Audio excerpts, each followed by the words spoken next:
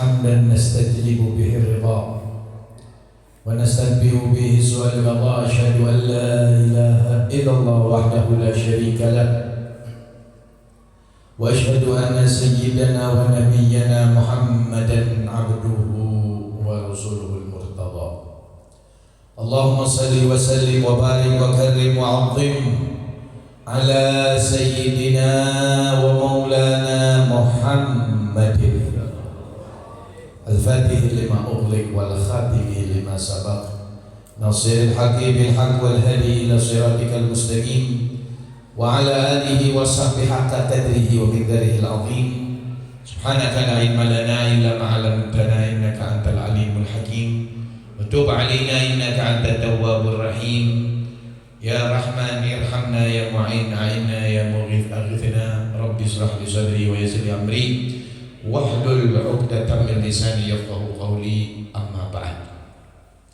Ma'asyiral habaib al-kiram mu'azzatul kurama, para habaib, para kiai, para asatid yang saya muliakan dan saya hormati, khususnya guru-guru kita semua, khususnya daripada pimpinan Pondok Pesantren Al-Ihsan Ba'alawi Al-Habib Umar bin Ali bin Hamid matta'anallah bitul hayati. Mudah-mudahan Allah panjangkan umur dalam keadaan taat kepada Allah, dan mudah-mudahan Allah berikan rizki al-wasi'ah wal barakah hissiyah wal ma'nawiyah tahiran wa batinan fi afiyatin wa salamatin. Amin ya rabbal alamin. Dan juga guru kita semua yang baru saja menyampaikan tausiahnya, yang datang jauh dari Jawa Timur, dari kota Malang, itu Al-Habib Abdul Qadir bin Ahmad bin Salim Maulad Dewilah. Masya Allah, yang begitu semangatnya memberikan tausiahnya kepada kita semua, khususnya kepada para santri-santri. Ya, kita doakan mudah-mudahan beliau Allah panjangkan umur dalam keadaan taat kepada Allah. Mudah-mudahan Allah kabulkan hajat-hajatnya, hajat di dunia bil maisarah wa hajat di akhirah bil maghfirah wa murafaqatul habib sallallahu alaihi wasallam. Amin ya rabbal alamin. Dan juga tidak lupa sebelah kanan saya Habib Abdullah Farid, Syekh Abu Bakar bin Salim mata'anallah bitul hayati. Mudah-mudahan Allah panjangkan umur dalam keadaan taat kepada Allah. Dan para habaib semuanya yang saya tidak sebutkan namanya satu persatu, memang banyak habaibnya, waktunya juga mepet ya. Kita doakan semuanya, mudah-mudahan para ustadz, para habaibnya, para kiainya, semuanya yang hadir di tempat ini tidak keluar dari tempat ini kecuali Allah sudah ampuni dosa-dosa kita semua. Allah sudah catat daripada kebaikan-kebaikan kita semuanya. Allah sudah kabulkan semua hajat-hajat kita semuanya. Hajat di dunia bil maisarah wa hajat al-akhirah bil maghfirah wa murafaqatul habib sallallahu alaihi wasallam. Amin ya rabbal alamin. Hadirin ma'asyiral muslimin rahimakumullah. Alhamdulillah, kalau kita melihat sejarah Nabi besar Muhammad sallallahu alaihi wasallam, Nabi Muhammad sallallahu alaihi wasallam di zaman dulu itu ada beberapa golongan. Ketika kita mengkaji daripada sejarah Islam, ada beberapa golongan, dan golongan tersebut duduk bersama Nabi Muhammad. Yang pertama, perhatikan hadirin. Ini mau pakai bahasa Indonesia apa bahasa Sunda? Sunda. Apa bahasa Palembang? Campur aja ya. Sakumaha keluar tulisan abdi nahar. Yang pertama adalah golongan mereka ini duduk sama Nabi Muhammad, kumpul sama Nabi Muhammad, melihat wajah indahnya Nabi Muhammad dan mendapatkan dakwahnya Nabi Muhammad. Bahkan mereka memberikan gelar Al-Amin kepada Nabi Muhammad. Mereka secara tidak langsung meyakini adalah Nabi Muhammad orang mulia, orang istimewa. Tapi golongan yang pertama ini tidak mau mengikuti secara terang-terangan apa yang telah dibawa oleh Habibullah Muhammad. Ada golongan tersebut. Siapa mereka? Jelas, Abu Jahal, Abu Lahab, Bah bin Abi Mu'ayyid, dan mereka para pembesar-pembesar daripada kaum Quraisy yang memusuhi Rasulullah. Padahal kalau kita perhatikan, dari kecilnya Nabi Muhammad mereka tahu, mereka kenal, duduk sama Nabi Muhammad, bahkan menitipkan segala sesuatu ketika mereka mau meninggalkan kotanya. tidak ada yang dipercaya kecuali Habibuna Muhammad. Akan tetapi mereka apa? Ingkar. Itu golongan yang pertama. Ingat ya, golongan yang siapa? Contohnya Abu Jahal, Abu Lahab, Uqbah bin Abi Mu'ayyid, Umayyah bin Khalaf, banyak. Golongan yang kedua, duduk sama Nabi Muhammad, kumpul sama Rasulullah, melihat wajah Nabi Muhammad, mendapatkan dakwah daripada lisan Sayyidina Muhammad, melihat dan tingkah laku siapa itu Rasulullah. Mereka masuk Islam, mereka syahadat di depan Nabi Muhammad. Akan tetapi secara batin tidak meyakini dan memusuhi Nabi Muhammad. Bahkan mengkacaukan daripada keadaan pada waktu itu bersama Rasulullah SAW. Satu contoh, ketika peperangan Uhud. Perang Uhud ini sudah berangkat ini rombongan Nabi Muhammad 1000 orang. 1000 orang berangkat. Tapi ketika mau berangkat, sebelum berangkat, ada beberapa orang yang ketika itu mereka ini syahadat sama Nabi Muhammad, duduk sama Rasulullah, bahkan duduk paling depan. Akan tetapi ketika mau perang Uhud, dipengaruhi mereka. Mereka munafikin dengan mengatakan, ngapain ikut perang? Kamu ninggalin anak istrimu mati, nggak dapat apa-apa. Masya Allah. Berkurang dengan gara-gara orang munafik ini sebanyak 300 orang, yang perang hanya 700 orang. Peperangan Uhud. Siapa salah satunya munafikin? Abdullah bin Ubay bin Salul. Ini golongan kedua. Nanti saya ceritakan satu-satu. Waktu sampai jam berapa? Sini biasanya. Jam 12. Itu wayang boleh tak begitu. Sugan teh itu ada lain wayang yang ke. Allahumma sholli ala sayyidina Muhammad. Itu yang kedua, Abdullah bin Ubay bin Salul. Biar kita lihat apa hubungannya dengan akhir zaman sekarang ini. Banyak. Ada orang seperti Abu Jahal, ada seperti orang Abdullah bin Ubay bin Salul, ada. Golongan yang ketiga, ini ada juga. Tapi insya Allah di sini yang 1-2 mungkin nggak ada lah. Ya, amin ya robbal. Nggak tahu yang ketiga nih. Ada lagi yang ketiga, duduk sama Rasulullah, kumpul sama Rasulullah, sholat sama Rasulullah, imannya zahir dan batin bersama Rasulullah, berperang dengan Rasulullah, batal semuanya, hartanya, jiwanya, raganya, bahkan dia ahli sholat, ahli ibadah, ahli puasa, dan semua meyakini para sahabat bahwasanya dia ini orang saleh dan orang baik. Tapi mau mati nggak bisa mati, mau mati nggak bisa mati. Mereka kafir? Enggak. Mereka munafik? Enggak. Kenapa? Siapa mereka? Alqamah. Siapa? Alqamah. Ini contoh-contoh saja. Contoh-contoh saja. Alqamah. Jelas dalam sejarah, Alqamah adalah sahabat Rasulullah, betul? Nyawa enggak? Pernah ketemu dengan Alqamah? Pernah ketemu yang modal berdiri. Allahumma sholli ala sayyidina Muhammad. Mereka duduk sama Rasulullah, ibadah gak ada duanya, sodakohnya hebat, puasanya hebat, sholatnya hebat, perangnya hebat, badalnya, pengorbanannya hebat.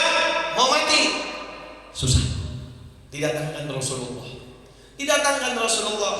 dilihat sama Rasulullah, ini orang-orang baik, ini orang-orang soleh, ini orang duduk sama saya, kenapa? Ada apa? Ditanya, hidup orang tuanya? Iya, ibunya masih ada. Masya Allah. Satu kesalahan. Ini golongan yang ketiga. Sampai ketika itu, Masya Allah, semua, kalau paribahasa zaman sekarang, amalannya Alqamah yang ahli ibadah, ahli sholat, ahli segala-galanya dibekukan. Tahu dibekukan? Bagaimana orang yang punya salah sama pemerintah, kalau udah ketahuan mau diselidiki, diapain dulu? Dibekukan. Kalau sudah dibekukan, gimana? Apa yang terjadi? Nggak bisa apa-apa. Mau beli jajan nggak bisa, duitnya dibekukan. Padahal miliarder itu orang.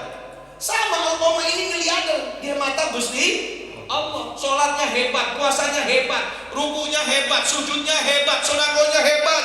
Kata Allah, sebentar. Kenapa? Ibunya nih, emaknya, indungna kumaha indungna. Satu masalah. Disuruhlah. Siapa? Ali bin Abi Thalib. Ali bin Abi Thalib. Dalam riwayat Ali dan Umar. Dalam riwayat Ali dan Bilal. Pergi ke ibunya. Ada apa dengan Alqamah? Apa yang sudah diperbuat Alqamah? Masalahnya sepele. Mendahulukan istrinya lebih dulu daripada ibunya. Sakit hati. Muncul bahasa Sunda, nyeri hati, nyeri nanti digigit. Sakitnya itu di masalah sepele. Satu masalah padahal semua amalannya dibuka. Duduk sama Rasulullah, kumpul sama Rasulullah, gak ada artinya. Ibu, wa qadha rabbuka alla ta'budu illa iyya wa bil walidaini ihsana. Ini golongan yang ketiga. Ada yang seperti itu. Akhirnya setelah bla bla bla bla, cerita panjang, kita pun tahu ceritanya Alqamah mau dibakar sama Rasulullah. Kalau enggak dimaafkan sampai kiamat begini nih. Sampai kiamat. Sebelum dibakar di akhirat, kumpulkan kayu bakar ya Ali, bakar terlebih dahulu. Kalau ibunya enggak memaafkan, kasih tahu ibunya. Balik lagi ibunya memaafkan, Allah kembalikan lagi semua amalnya. Kembalikan, enggak dibekukan lagi. Dibalikin semuanya. Bahkan dosa-dosanya semua dijadikan hasanah oleh Allah Subhanahu wa ta'ala. Mulialah Alqamah. Ini golongan yang ketiga. Ada golongan yang ketiga? Ada. Zaman sekarang? Ada. Ini satu contoh. Maksudnya apa golongan yang ketiga ini? Sesuatu yang kalau kita perhatikan, apapun yang hubungannya dengan hablum minan nas, hati-hati. Walaupun hablum minallahnya hebat, dibekukan. Lihat zaman Rasulullah ya ada semacam ini. Jangan macam-macam hadirin.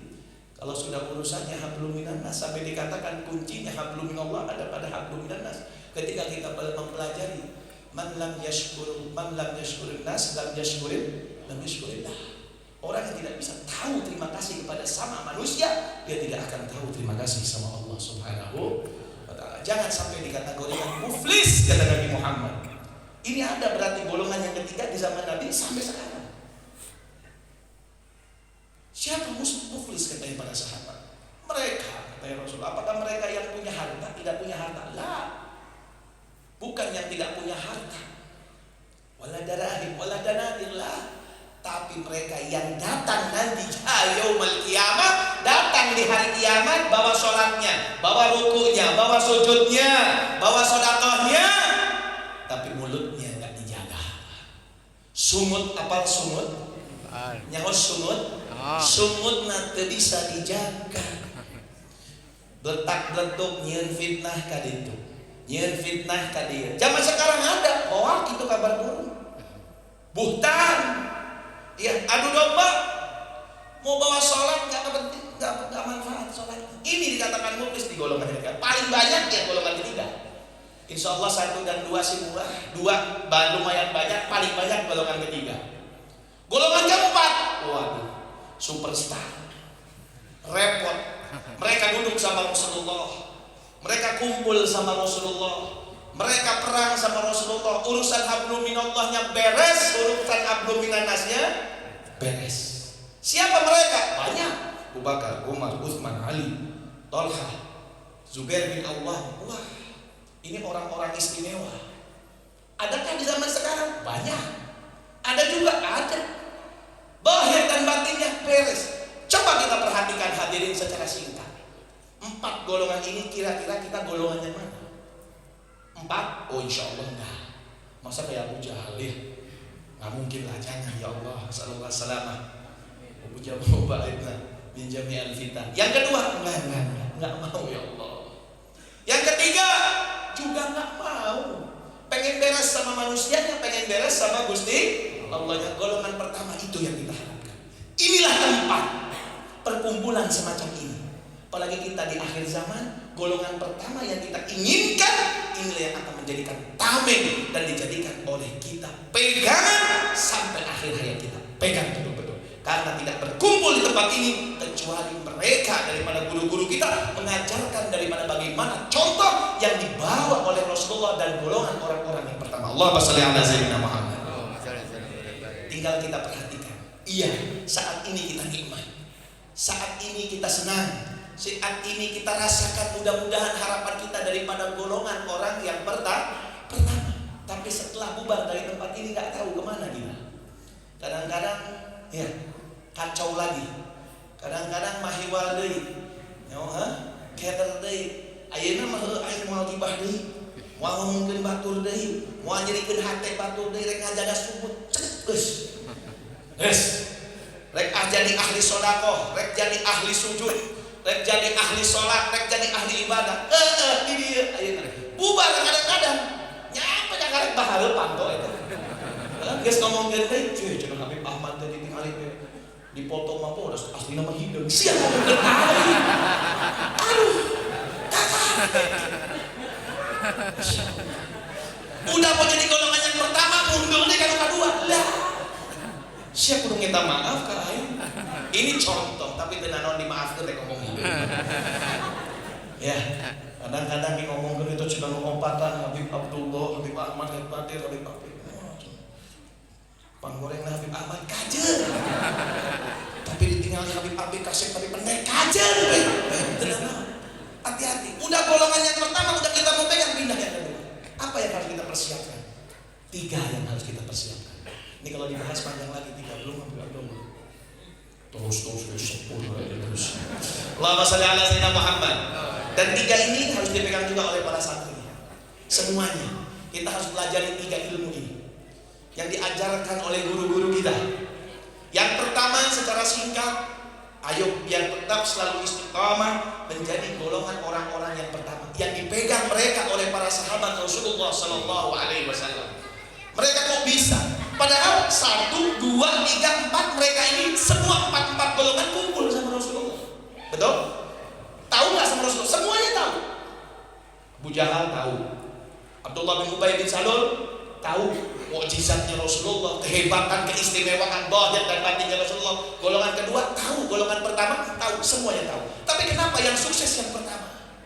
Yang kedua sukses setelah dikembalikan semua, setelah dibuka oleh Allah dengan ilmu taubatnya. Allah kembalikan. Ada apa? 3 yang dipegang oleh para sahabat dan kita harus memegang hidup di akhir zaman ini. Yang pertama apa? Tidak lepas dari mereka mereka orang-orang yang selalu mencari petunjuk dari Allah. Sekarang kita ini sedang mencari petunjuk dari Allah, tapi bubar dari tempat ini lupa lagi jurusnya, urusannya untuk mencari petunjuk dari Gusti Allah. Bagaimana caranya mencari petunjuk dari Allah? Jelas Allah Al-Quran menjelaskan, walladzina jahadu fina lanahdiyannahum subulana. Mereka orang-orang yang akan diberikan petunjuk oleh Allah. Beres semuanya. Urusan dunia, urusan akhirat beres, urusan zahir, urusan batin beres. Mereka yang dipegang oleh para sahabat Rasulullah yang mulia, Abu Bakar, Umar, Utsman, Ali dan yang lainnya. Masya Allah. Mereka tidak lepas setiap waktunya selalu mencari hidayah. Mereka diberi hidayah. Apa syaratnya? 2 katanya syarat. Yang pertama datang kepada Allah, dan yang kedua datangnya itu sungguh-sungguh. Jadi datangnya nggak pura-pura. Nah orang zaman sekarang mereka datang sama Allah, pengajian, majlisan, tapi ketika datangnya itu pura-pura, bukan untuk Allah. Yang mundur lagi dari golongan pertama menjadi golongan kedua atau ketiga. Naudzubillah. Bisa jadi munafik, bisa jadi fasik, tidak menjadi mukmin yang sejati. Kenapa? Datang sama Allah, tapi datangnya itu pura-pura. Apalagi kalau udah musim pemilihan, ya, yang tadinya nggak pakai jilbab banyak yang pakai jilbab. Ngapain? Mau nyalonin bupati, mau nyalonin apa? Gubernur, mau nyalonin presiden, nggak pernah pakai jilbab. Tapi kalau udah musimnya, jilbaban datang sama Allah. Butuh petunjuk, tapi datangnya itu pura-pura. Sampai pernah satu kejadian saya diundang di satu tempat, diundang, Masya Allah. Memang betul, nyata apa yang dikatakan oleh Allah Subhanahu wa Ta'ala. Subhanallah. Ketika diundang, datang, dijemput, dibawa ke satu masjid. Insya Allah saya bermalam di situ. Nanti besok acaranya di masjid ini. Saya lihat masjidnya lumayan atasnya, tapi lihat karpetnya bolong-bolong. Ini pas setelah awal dapat undangan setelah corona saya. Awal mimiti menang undangan setelah corona kan proyek undangan wah kok baik ya. Apa tinggi di amplopan gua nih. Allahumma sholli ala sayyidina Muhammad. Nih nyali karpet tak barolong. Aduh, coba gitu ya Allah, kalau teuing. Lepet mana? Terang mana? Hate. Dilepet mana? Di jero hate. Aduh, di mana? Di dalam hati saya bilang, amplopna bikin gitu. Jero hate. Tapi aing butuh. Udah karena corona itu masih butuh. Gelut di hati teh gelut. Saya hati ini berantem. Kasih enggak, akhirnya yang menang yang enggak. Ah, geus emang. Terjadi aing butuh. Nya belak-belakan beda aing manusia sarua. Perlu hidayah. Bagaimana caranya terus muhawalah terus. Masya Allah. Niat yang baik karena Allah itu waduh. Perlu perang dulu dengan hati. Tapi para sahabat sudah kalau udah urusannya Allah sama Rasulnya hebat. Tadi itu sudah saya itu mau jadi golongan yang pertama, muncul lagi yang dua. Ulah sampai nukatilu, belak-belakan saja. Akhirnya saya nggak dalam hati mustahak jadi baiklah. Nah, udah masih butuh begitu. Selesai pengajian mau selesai. Itu bulan Maulid. Setelah bulan Maulid 3 bulan kemudian diundang lagi. Saya datang. Sebelum saya datang, saya udah niat amplop kok aing dibikin ya mama. Udah geus loba 3 bulan loba. Gus, jero hate bikin. Udah sakitulah amplop lagi apa bae. Paling jeung meuli karpet berep siki bener. Insyaallah. Bikin beres tenan. Berangkat. Nyampe ke sana digiring ke masjid lagi sebelum acara, pas lihat karpet geus halus. Alhamdulillah. Duit aing salah. Ini seorang yang telah niat menang pahalanya kalau segini. Ya daripada dipikirkan dia, mending dipikirkan saya jangan loba butuh. Alhamdulillah. Niatul mukmin khairun min amali. Mudah-mudahan lihat umat Kanjeng Nabi kalau niat yang baik hasilnya akan baik. Duitnya tetap aya, pahalanya menang. Sama kejadian kemarin Idul Adha kemarin. Ada orang datang ke saya. Lewat gitu. Assalamualaikum Beb, waalaikumsalam. Aduh Beb. Bahasa Sunda nyarios Beb cuna abdi ngilang kamari-kamari di Habib cuna saukur niat baik umat Kanjeng Nabi mah kenging pahala muhun cegah. Oh gitu Beb nya geus Beb ayeuna kan Idul Adha ieu hayang korban tapi abdi teu gaduh artos. Heunya geus niat cenah. Insyaallah ente meunang pahala. Muhun Beb nya geus abdi niat Beb boga artos urang nya geus insyaallah meunang. Beres. Besoknya ketemu lagi. Dia bawa PCN. Kemarin ngomong tegablek duit cenah. Ayeuna mau motor PCN. Bib, kabutuhan ieu mah teh jadi pahalana cenah. Atuh Habib mengatur lain Gusti Allah, Gusti Allah mengatur lain aing tapi syariat mengatur. Kumaha judulna Bib? Ya, maneh kamari ngomong naon teu boga duit. Ayeuna boga PCN ieu mah kabutuhan. Oke, kalau kebutuhan saya mau tanya. Mun mana kebutuhan lain gagayaan kira ku tetangga rek nanya, ieu PCX mau dijual second sabaraha? Ada calon motor di sini? Banyak. Ya? Banyak. PCX second sabaraha? Tak, mantap. 30. PCX second berapa kira-kira? 2020. Ya calon ngejar-ngejar dompet itu. Allahumma sholli ala sayyidina Muhammad. 2020 PCX berapa? 20 genep lah. 25 lah jual ngobrol. Sabaraha menjual ya salawe Beb. Nya geus mun maneh kabutuhan salawe juta ieu jual meuli parieu 20 juta cenah. Da arana ge kabutuhan. Ini tingkatan golongan yang pertama dijual repot. Aduh Beb. 5 juta na beulikeun domba pencit pahala maneh. Lamun ngan saukur boga PCX hayang domba cenah hayang menang ya teu bisa. Kadang-kadang kita salah kaprah dengan mengartikan fa innahu nawa ketika nanti di akhirat di kiamat, Masya Allah dikumpulkan sama yang korban, dikumpulkan sama naik haji. Lamun bener nyata tegablek duit. Kalau dia punya harta, dia ada aset yang bisa dijual, mungkin beli yang lebih murah untuk berkorban. Lihat para sahabat kenapa mereka punya jadi satu, karena betul datang kepada Allah, niatnya juga betul-betul datang kepada Gusti Allah. Masya Allah. Allahumma sholli ala sayyidina Muhammad. Tapi kan repot ya, terus motor alus-alus PCX udah diganti ka Vario era ku tatangga era ku si Udin Udin Allahumma sholli ala sayyidina Muhammad. Nah ini repotnya di situ. Sampai akhirnya saya lihat karpetnya udah bagus, saya tanya, tadi dia kata, iya menang karpet di mana mana? Oh Bib, ayah numernya calon bupati. Oh alhamdulillah. Calon, datang tuh calon bupati kepada Gusti Allah dengan niat yang baik, insya Allah saya bilang. Amin. Dah 3 bulan Syawal Gusti Rajab itu undang deh halal bihalal. Nyampe tadinya karpet nak bolong deh. Cek karpet tuh kamari kemana? Bib, dah kayak lah cina calon bupati kan dicopot deh. Memang betul nyata mereka datang sama Allah bukan untuk Allah, untuk dunianya, untuk partainya, untuk pribadinya, untuk organisasinya, bukan untuk Allah.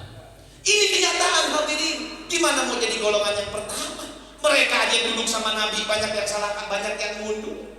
Apalagi di zaman sekarang. Kalau kita nggak sadar diri, ini perhatikan yang pertama. Apalagi santri-santri, niatkan saya. Niatkan yang baik dari saat ini. Niat untuk Allah. Duduk ya dengan para ulama untuk Gusti Allah dan Nabi. Itu yang pertama. Yang kedua, waduh jam 11 ya. Terus amplop. Lalu saudara saya Muhammad. Yang kedua, ini kekurangan kita. Tapi mereka para sahabat ini yang dipegang. Apa? Suluh. Tahu suluh? Nyawa suluh teman suluh, nyawa suluh. Apa suluh? Orang Sunda mah apal suluh. Habib Kadir mau nyawa suluh. Nyawa suluh, Bib, suluh, apa suluh? Cuma cenggil berdua. Suluh naon? Kayu bakar. Mun suluh bahasa Sunda kayu bakar. Mun suluh bahasa Arab itu artinya apa? Damai. Suluh sama siapa? Sama Allah. Jangan ngajak berantem sama Allah. Kalau kita pengen jadi golongan yang kita mah boro-boro lah. Osok gelut terus Allah suka berantem sama Allah sekarang. Bib saya takut. Alah bohong. Iya. Jahilin orang udah ngajak berantem sama Allah. Eta si Edi dan si Udin balik di dia majlis dia bisa damai. Terus ya Allah berarti bisa damai salaman. Ya Allah saya damai ini. Oke pulang dari sini yang namanya Udin sama Edi. Masya Allah ngomong ke si Tono. Nah kegoreng si Tono menjelek-jelekan orang. Ya Allah baru yang damai sama Allah. Udah berantem lagi sama Allah. Makanya yang kedua ini harus kita perhatikan. Hidup di akhir zaman ini gak mudah untuk damai sama Allah.